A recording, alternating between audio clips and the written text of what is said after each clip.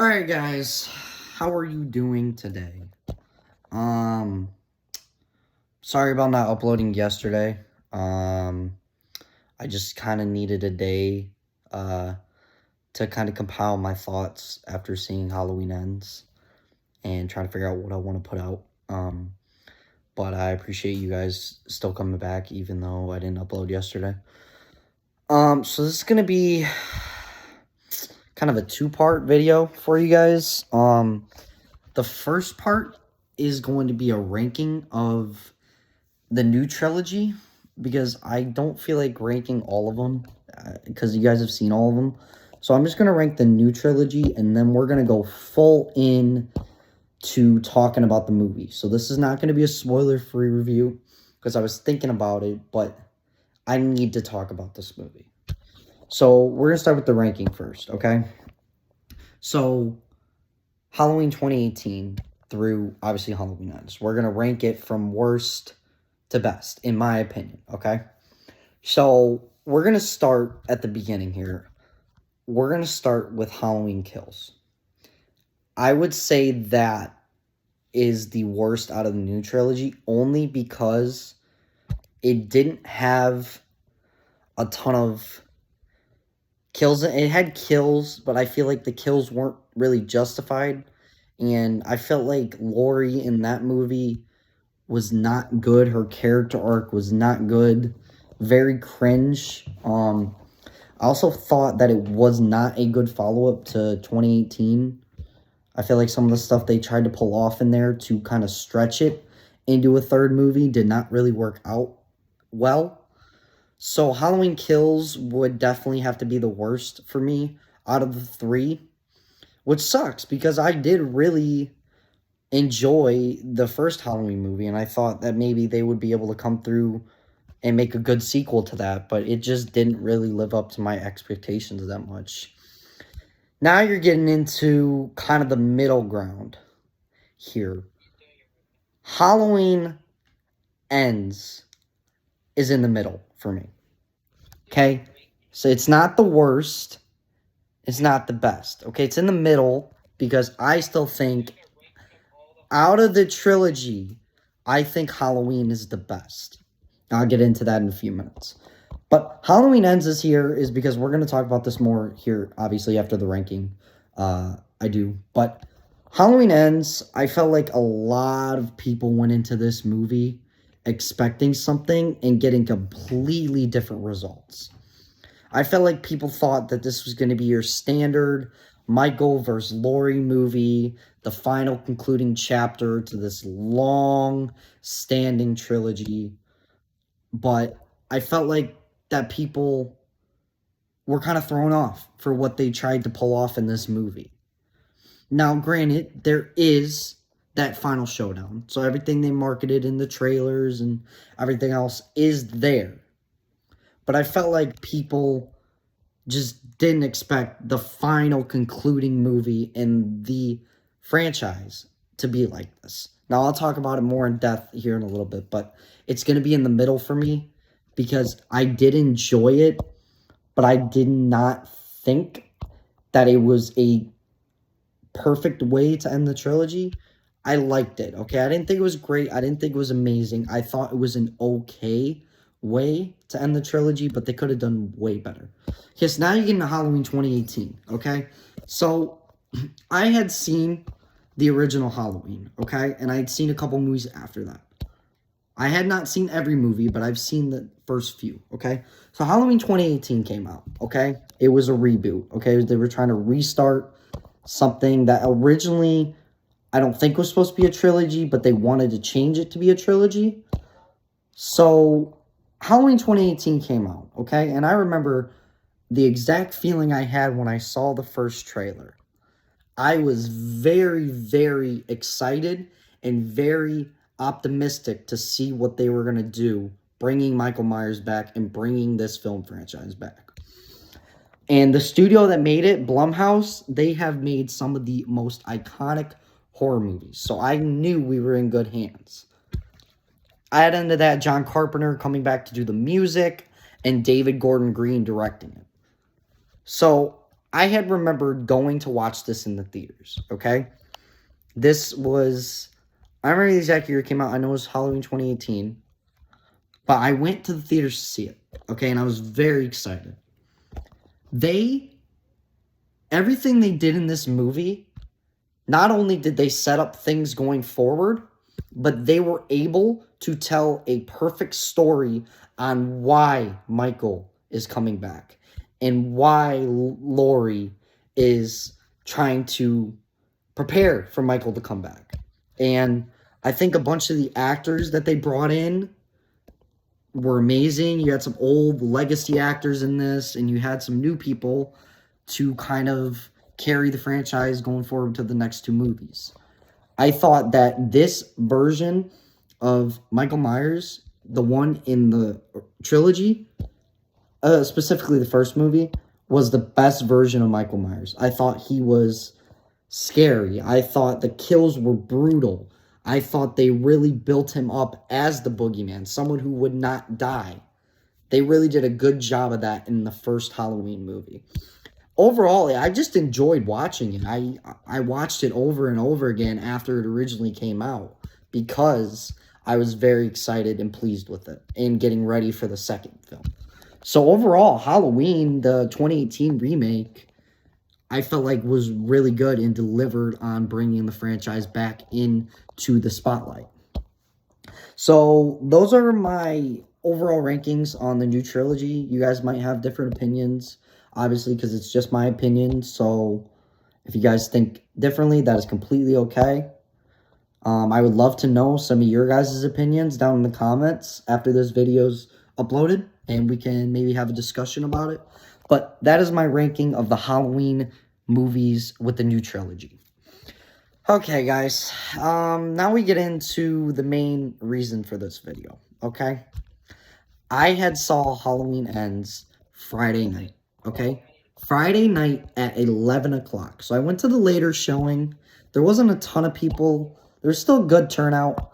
But I had saw it on the night or the day after it came out. Because usually, you get the early screenings. You get the one on Thursdays. So I saw it a day on that Friday. I went and saw it, okay?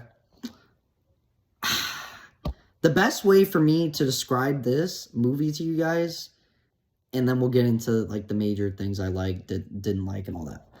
The thing that stuck out to me was the beginning, okay?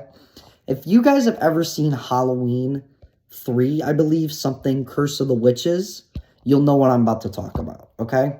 The font that they used in the beginning of this movie was the font they used in that movie.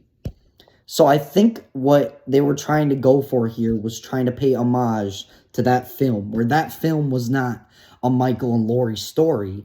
That was a bunch of stories about Halloween. And I think that's what they were trying to do here. Now, I'll get into why I think it could have been executed perfectly, but we're just going to give you a basic plot rundown to begin. And then I'll go into my likes, dislikes, and overall thoughts on it. So this movie starts out with a time jump, which I did not like. I did not think they should do the time jump. I thought it should have took place on the same night as the previous two movies, so that was already something that I was not really a big fan of. But it was whatever, they were originally going to make it on the same night, but COVID came and kind of messed those plans up, so they had to rethink things, which is understandable, COVID kind of messed a lot of things up, but anyway. So the time jump's there, okay? So it's a 3-year time jump, okay? We start out, and this is not how I thought this movie would start out. I thought we were going to start out seeing Michael right away, like in all the other movies, okay? So we start out on Halloween night, okay? We start out with a babysitter, okay? He's babysitting this kid. This kid turned out to be a jerk, okay? An absolute snot-nosed kid, all right? So this dude named Corey, his name's Corey, okay? He's babysitting this kid, okay, on Halloween night, all right? And they're just trying to make it he's trying to make it a fun night for the kid, they're watching John Carpenter's The Thing on the TV, which was a nice little Easter egg there. And the kid starts to play this prank on Corey to where he's pretending that Michael Myers is here. So Corey goes into the kitchen okay? And this kid is kind of fucking with him, right? Like, making him think Michael Myers is there. So, we get to this scene, okay, where the kid is upstairs. There's a lot of stairs. Like, there's a lot of stairs. So he's all the way up at the top, okay? There's a attic all the way upstairs, okay? This kid is screaming, help me, help me. So Corey goes up to the attic, okay? The door's open. He doesn't see the kid. He walks in there, okay? All of a sudden, the door shuts, okay? And it locks. The kid is right outside the door, taunting Corey. And Corey is trying to break down the door. And then all of this was really cool. This is what I appreciated. All of a sudden, the camera pans out to the parents pulling in. And then it pans back to Corey. So you got that kind of alternating camera shot throughout that whole scene. So what happens is Corey tries breaking down the door. And this door is locked, okay? So it takes him a while. But he keeps busting down the door. And the kid is standing right behind the door. And I kid you not, sitting in that theater, I did not think this was going to start as abrupt as it did. It caught me off guard. What happens is the kid is standing right behind the door. And Corey busts open the door. And the kid gets knocked back and falls all the way down. And you just hear his neck snap, and you just see the kid is just laying there bloodied, and his neck is just in this awful, grotesque position. I did not think they were going to start as abrupt as they did. So that caught me off guard right away, okay? So then you get the title sequence with the John Carpenter score, okay? Now you go into the movie, okay? So the movie is basically the final, Halloween Ends, the final chapter of this whole franchise, okay? So after that scene, everyone in the town thinks Corey's a monster, okay? Corey gets arrested, okay? For something that he was innocent for. The parents thought he was the one that killed, but it was an accident. He did it, but he didn't. It wasn't on purpose. It was an accident, okay? So he goes off to jail, okay? Then we get the start of this movie, okay? To start this movie, what happens is you see Laurie, and Laurie has kind of moved on from the events and kind of let go of kind of the thought process that Michael was coming after her. Because in all the previous movies, she was kind of paranoid, thinking that Michael was coming after her. So she's kind of moved on. She's trying to be a better grandma to Allison, because obviously Allison's parents are dead. So she moves in with her grandma. And Laurie's just trying to live a normal life, trying to be a supporting grandma, and just trying to make sure Allison has the best life she can possibly have. I really liked Laurie's character in this one because she was humorous. She felt like an actual human, as opposed to the other ones where she was just cringy. So she's trying to live her normal life, and, she's finally kind of come to terms that she's not the one to blame for Michael coming back, stuff like that. So her and Allison have a good relationship, which I really appreciated, because after everything Allison went through in the past two movies, for her to have a stable relationship with someone was something I felt like they needed to do. So they're good. They're on good terms. But the town now assumes that Corey is this monster. Okay, so this Corey character is this monster. And he gets bullied and he gets ridiculed because of what he did. The town hates him. Thinks he's a monster, And so throughout the whole movie, we kind of follow this story of Laurie, but at the same time kind of follow this story of this new character, Corey. And I was intrigued at first with Corey, okay? Because he's someone who's getting bullied and ridiculed for what had happened, and it was an accident. A horrible accident nonetheless, but an accident. So I really dug what they were doing with him. So you're watching this movie, and it felt to me like they did two different movies in one, okay? So you're watching this movie and you're kind of seeing how this story develops with Corey. What happens is Corey meets Allison, okay? And they're both pretty damaged after the events that have happened in this movie and the past movies for Allison. So they connect right away, which I thought was good because I felt like their relationship really worked well as they were both damaged people with a damaged past who just kind of really connected with one another. So I thought that was well done. So you kind of see how that relationship kind of works. Corey doesn't he works at an auto shop where he's not really his dad. I liked his dad because his dad was always trying to support him and stuff, and his mom was always trying to support him when the town was kind of going against him. So basically, the movie the movie felt to me like it was a story of Corey the whole time. So you're going through this movie, and things start to happen to where Corey, based on all the bullying and ridicule, starts to turn evil. Now, he just doesn't turn evil out of nowhere, obviously. You come to discover that Michael Myers has been living in the sewers. Now, I don't know for how long. I don't know how he's surviving. He's clearly weak. He's clearly malnourished. He's clearly not the same guy he was. But you come to find out he's living in the sewers, okay? Corey gets into it with these kids at a gas station. They want him to buy them beers because they're underage. Corey says no, he's not going to do that. Then these kids start picking on him and, bullying him and shit. And Lori is there to kind of scare the kids away, because Lori's kind of a badass, So the kids get scared away. Corey and Lori kind of form this bond because they're two crazy people. And they kind of...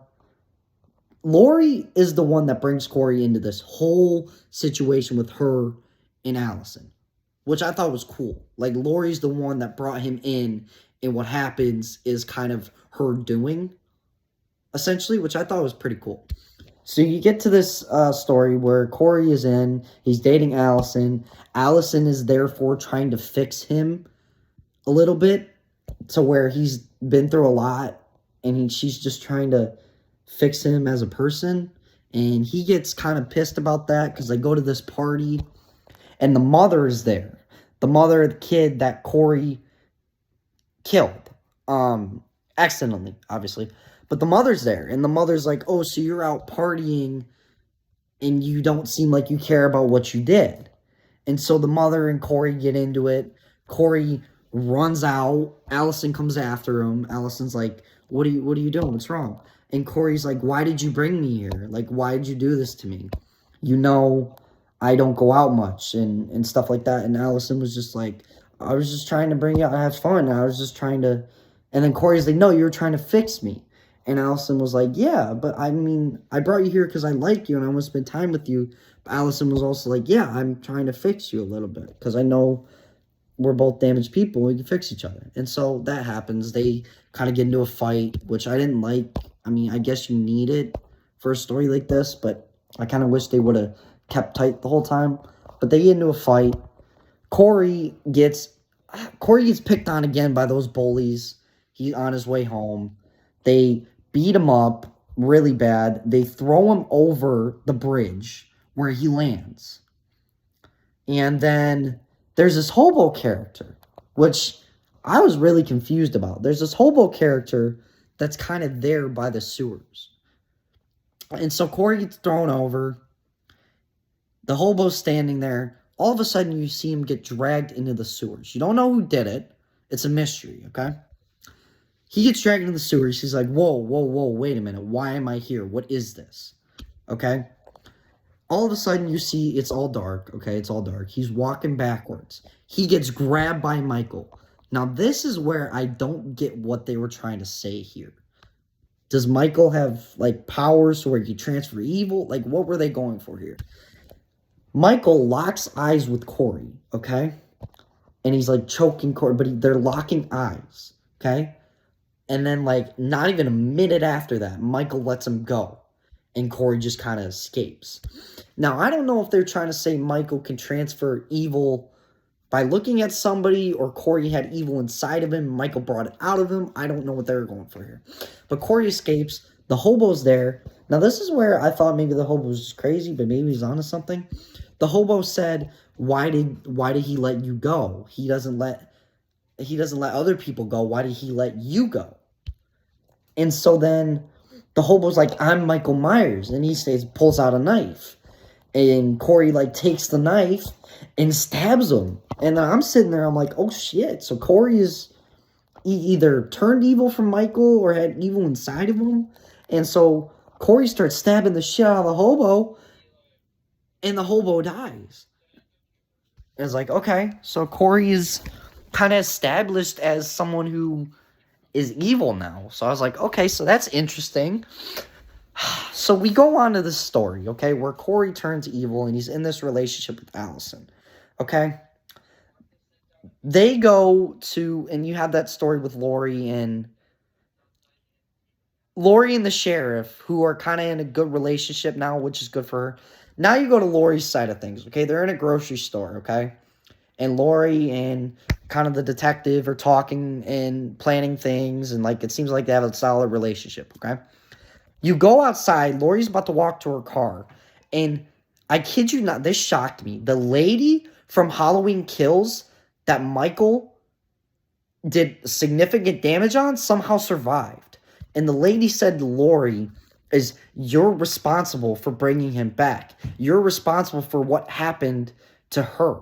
And Lori just kind of has this, like, dejected look on her face. She starts walking away, sitting in her car, and the detective walks up to her, and they kind of strike up a conversation about cherry blossoms. And so, like, some people in the town still blame Lori, even though it seemed to me like the town won't let Lori move on, when before it was Lori wouldn't let the town move on. So I kind of liked how that flipped on his head in this final movie. So then you go back to Corey, okay? Corey and Allison go on, like, a dinner date. And if you guys remember who Doug was, the ex-boyfriend who was kind of like a douchebag cop, they're in the diner, and Doug comes up, and he's trying to get with Allison while she's with Corey. And Allison repeatedly gives him all the signs that a girl would say or kind of give to you if they were on a date with somebody else. Doug does not listen, because Doug's a douche, like we established. But he doesn't listen, okay? So Corey gets up, and Corey's like, leave us alone. Or she said, leave her alone, or something. And Doug backs off. He's like, hey, I don't want any trouble. And you kind of see at that exact moment that Corey is not himself. Something has snapped inside of Corey. Now, you don't know what, but something snapped inside of him. So right after that, Doug kind of walks back to his table with his friends. Corey and Allison continue. And Allison was like, I got to get out of Haddonfield. And she was like, let's light this all to the ground. And then Corey's like, or I'll light the match. Or she says, I'll burn it all to the ground. Let's burn it all to the ground. And Corey says, let's light the match. Or I'll light the match. So they kind of got that chemistry going. All right. So now you go back to Lori, who is trying to move on and stuff like that. But Lori, as soon as she saw Corey, she could tell that he was evil, just like the first time she looked in Michael's eyes. So I like that callback. So now you go on with the Corey and Allison storyline, okay? Corey gets a bike, and he's things are going good for him, you know, and he slowly develops into this psychopath. So you get to where Corey and Allison get home, Corey drops Allison off, and you see Corey riding a motorcycle, and you see a car following him. You don't know what car it is, but you find out Doug is following him to see where he's going, okay? Corey plays this kind of trick with it. Corey seemed like Pennywise here in this moment to me, which is kind of weird. Corey was like, come find me, and he started laughing and scurrying into the sewer, okay? So then you get Doug following him, which in horror movies, you know, people make dumb decisions. So Doug follows him into the sewers, okay?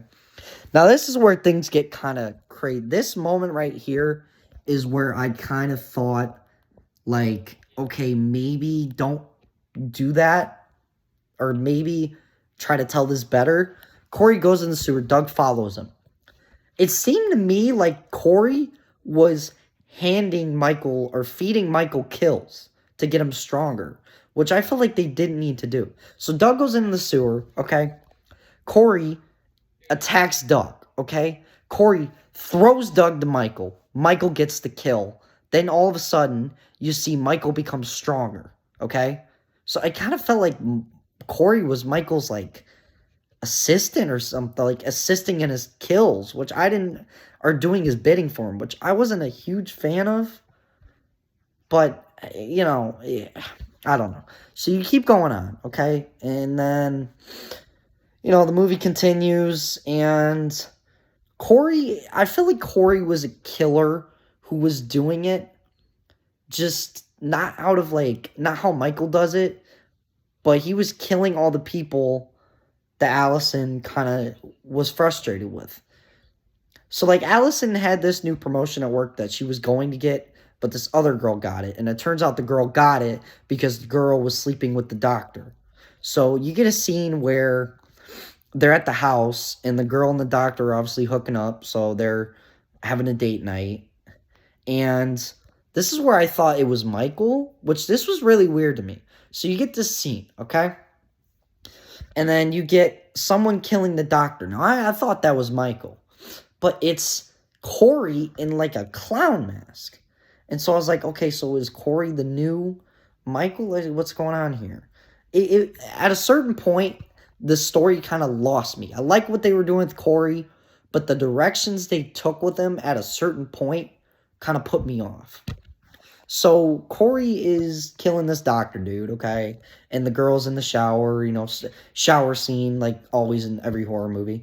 She doesn't get killed in the shower, but she walks out. She's trying to find the doctor.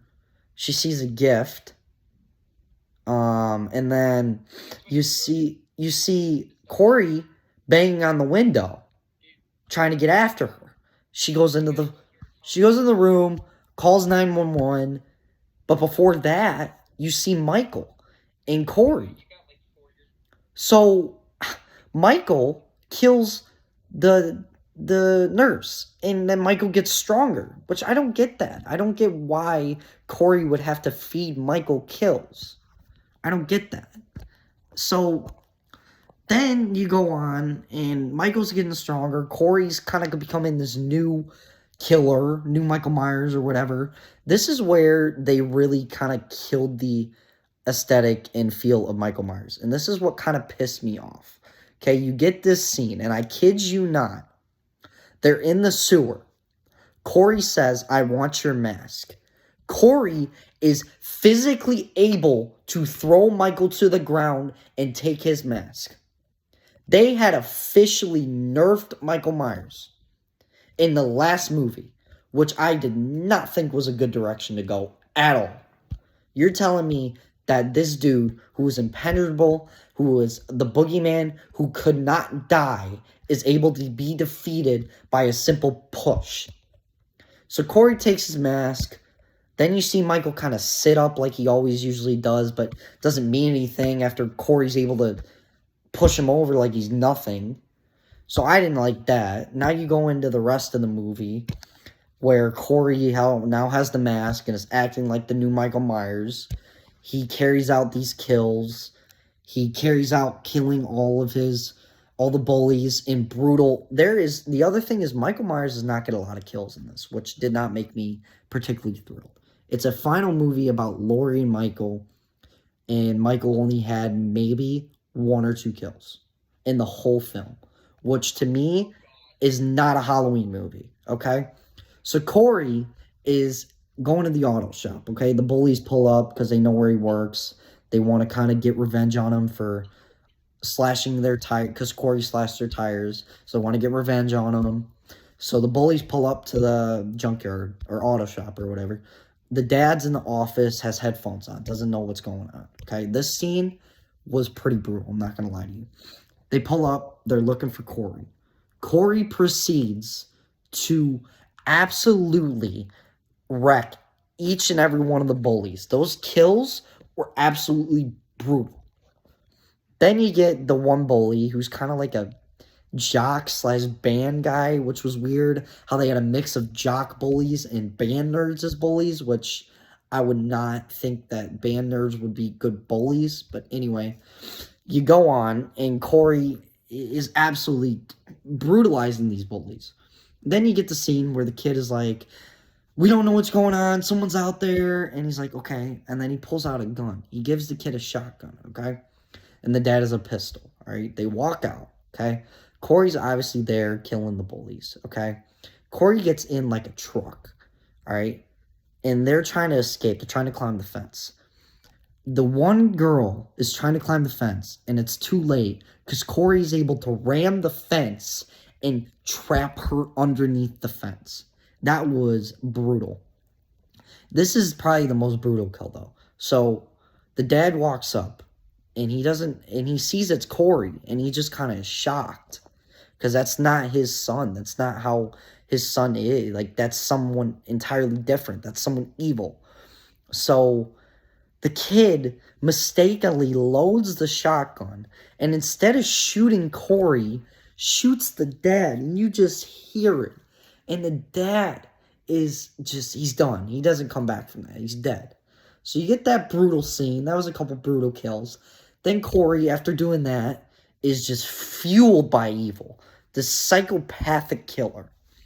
Then you get him going to his house where his mom is, okay?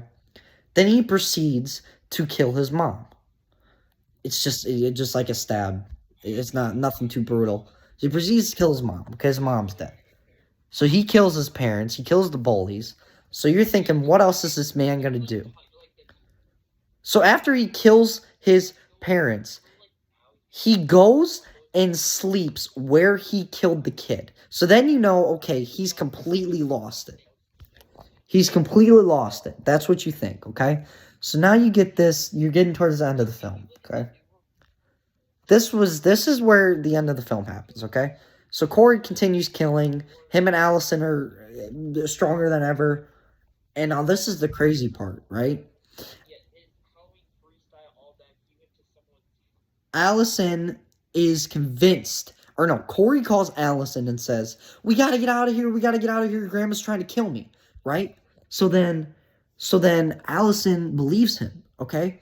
And then Allison and her grandma Lori fight, and they're not in the bad spot, okay? So then you get Corey showing up outside of Lori's house in that iconic pose where he's just standing outside, and you see him out the window.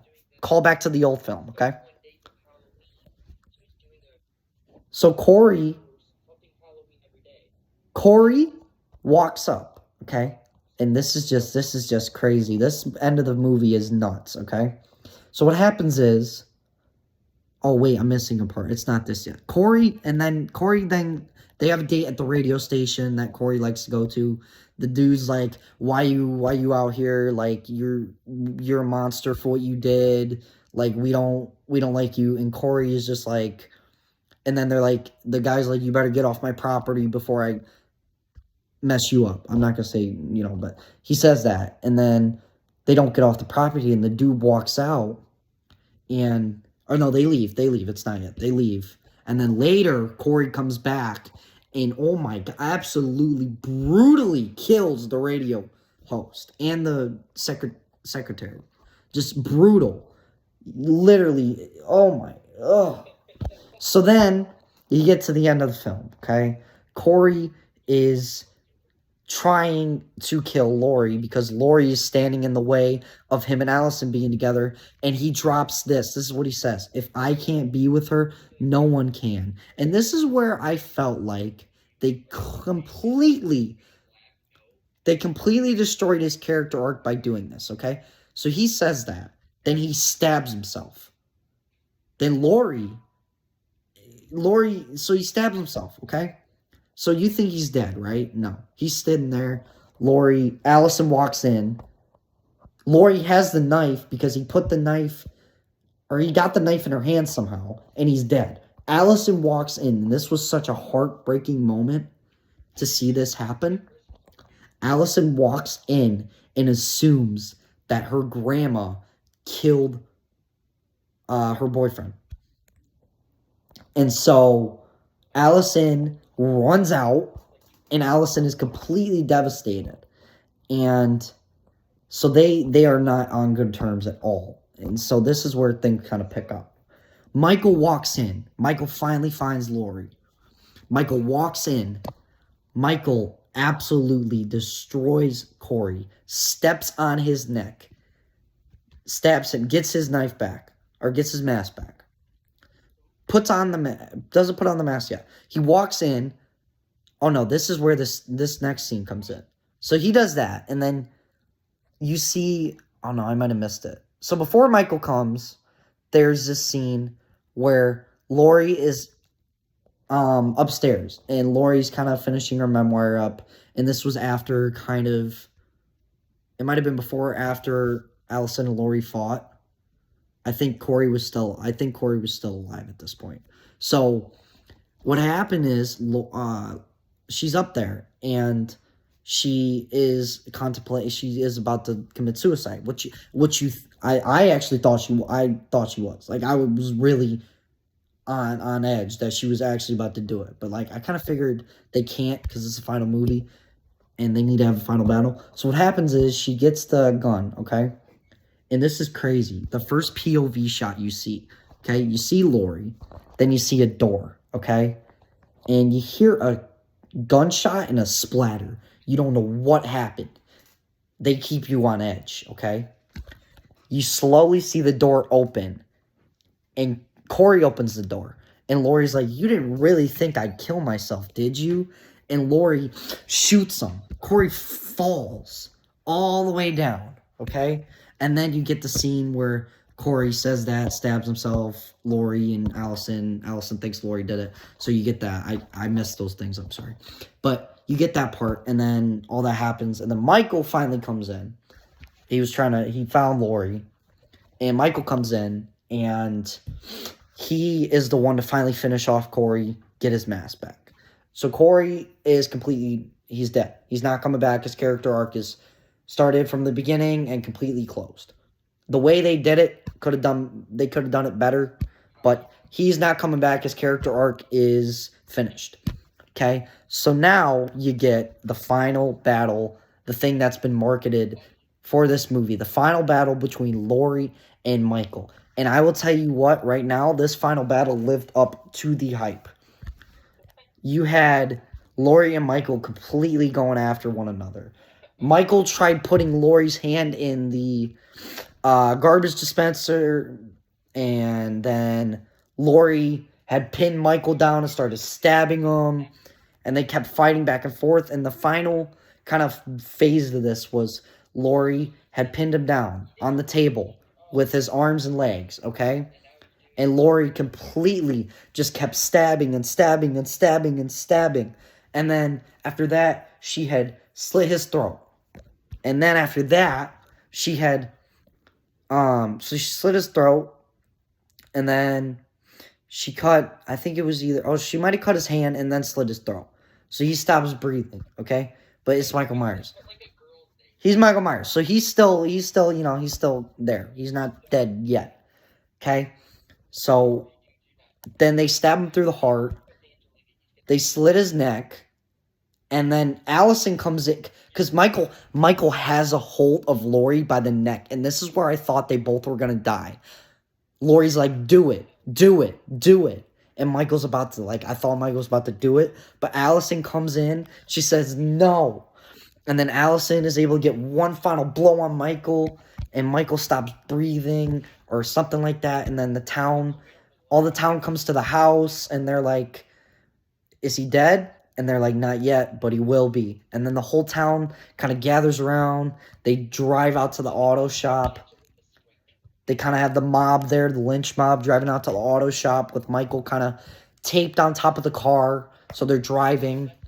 They get to the auto shop. And what they do is, I think this was the perfect way to kill Michael off.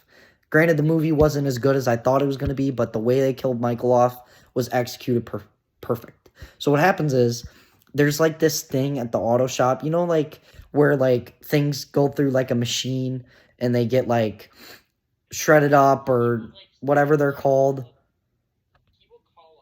So now what happens is they throw Michael in the thing, okay? And you see his head and his body get absolutely torn up, and you just see blood.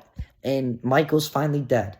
But you can finally close the chapter on things, and Michael's dead. It's over. Now you cut to the scene where Laurie's there. She's finally able to have a good relationship with the officer. She's finally able to have a good life with Allison. Like, everything is going well for her. But Allison decides to leave Haddonfield. So Laurie's kind of there still. And she has that relationship with the officer.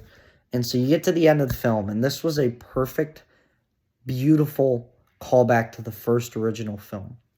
They showed the shots of each separate room. You know in the first movie where they showed the shots of the room and Michael was breathing? This time, they show each shot of the room and there's no breathing. It's just the rooms. And then the officer pulls up and he has cherry blossoms and a bunch of vegetables because they were talking about it before. And so they kind of bond over that and they get together, and then the title scene rolls, and that was Halloween Ends for you guys. So now positive and negatives and my overall thoughts on it. So the positives, there's only a few here. The positives was, I think it was the perfect way to give Michael Myers that ending. I think it was the perfect way to give Laurie an ending. I think the final battle lived up to the hype. And those are probably the only positives about it. The middle ground would be, I don't really think there is a middle ground. And then the negatives I didn't like was how they kind of ended Corey's story arc and how this movie was kind of two stories in one. I don't know. I thought I liked it, but going back and looking at it, I wish they could have done it better. But so it was, I don't know. It was a good movie, or it was an okay movie. It wasn't good. It wasn't great. It wasn't amazing. If you guys have Peacock, I recommend you just watch it on Peacock. Don't go to the theaters and watch it. So overall grade of Halloween Ends, we're gonna go on viewers, we're gonna go viewers, cinephiles, and critics, okay? So casual viewers of the Halloween franchise, I'm gonna give it a casual viewer, I'm gonna give it a B. Okay? Casual viewer would be B, okay? Cinephile, someone who's like a hardcore fan of Halloween Ends, I'm gonna give it a C. And critically, I'm gonna have to give it an F. So Halloween Ends is one you want to go see on Peacock. Hope you guys enjoyed this longer video, and let me know what you think of Halloween Ends. Let me know your opinions on the trilogy's ranked.